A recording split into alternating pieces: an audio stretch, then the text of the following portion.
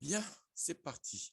Alors, cette vidéo s'adresse aux étudiants que je vois ce lundi matin. Voilà, ils se reconnaîtront.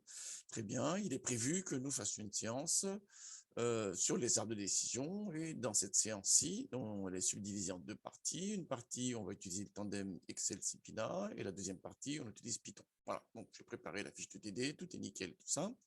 Et figurez-vous qu'hier soir, vendredi, voilà, j'étais dans la salle et je me suis rendu compte que, il y a un problème avec Excel dans la salle informatique. Voilà.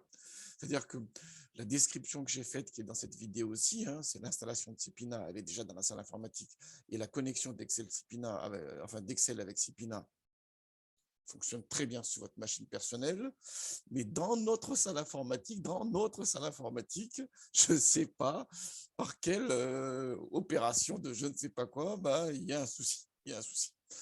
Alors bon, c'est pas le moment d'improviser, il faut surtout pas improviser dans ce genre de cas, donc je me suis dit, il faut que je trouve une autre manière pour que vous puissiez utiliser Cipina pour la création des arbres de décision et utiliser les résultats par la suite pour faire les prédictions sur l'échantillon test, hein.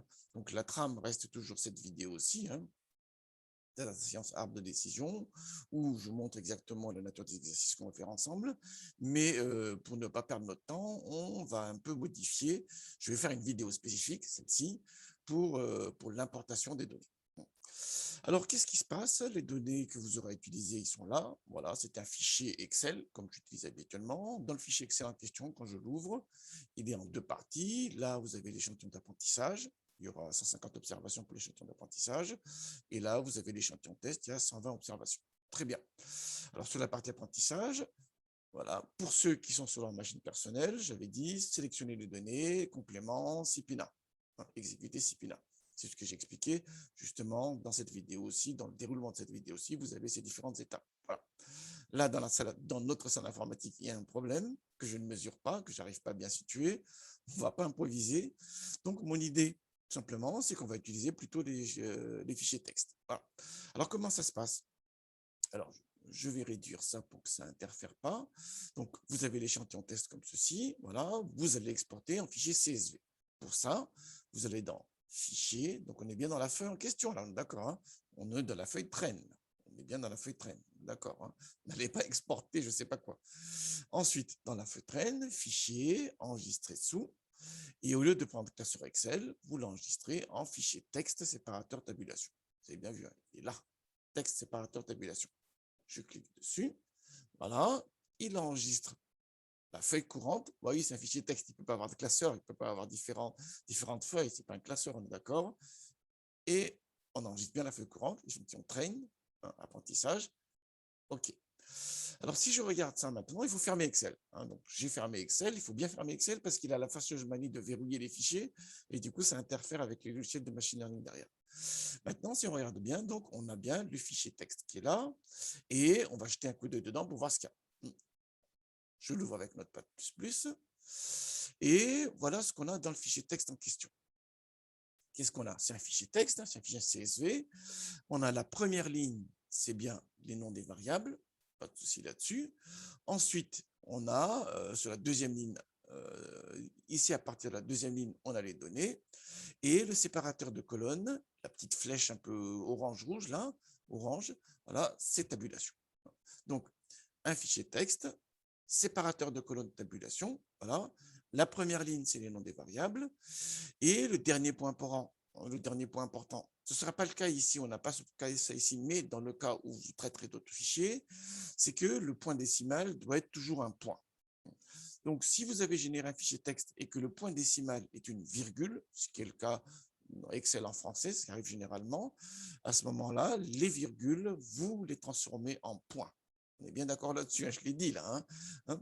Si vous avez un fichier texte où le point décimal est une virgule, vous transformez ce point décimal en points. D'accord, bon, là pour le coup, ce n'est pas nécessaire parce qu'on n'a pas cette situation-là. Une fois que c'est fait ça, voilà, Cipina, donc il est là, vous l'avez. Alors, dans la salle informatique, elle est déjà installée, mais ceux qui travaillent sur leur machine personnelle, vous êtes assez nombreux, hein, voilà, il faut bien sûr aller sur la page qui est là, Cipina arbre de décision Blogspot, et vous le téléchargez. Téléchargez, et il est là. Voilà.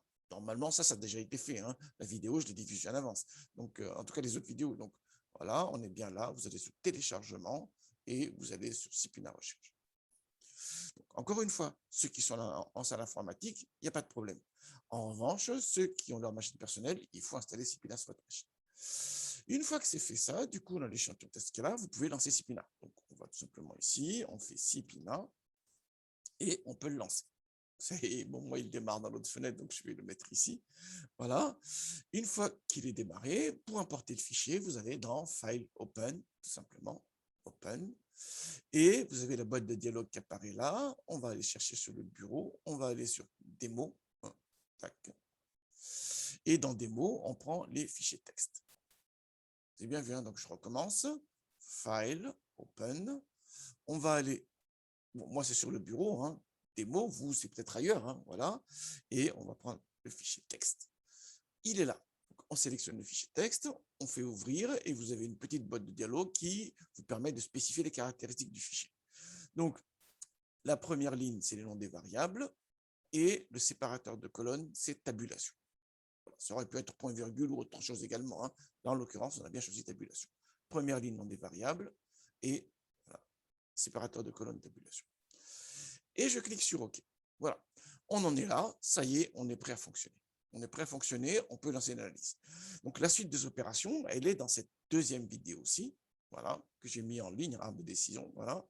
Et vous allez, à partir de définition des rôles de variables, hop là, ça y est, on est là.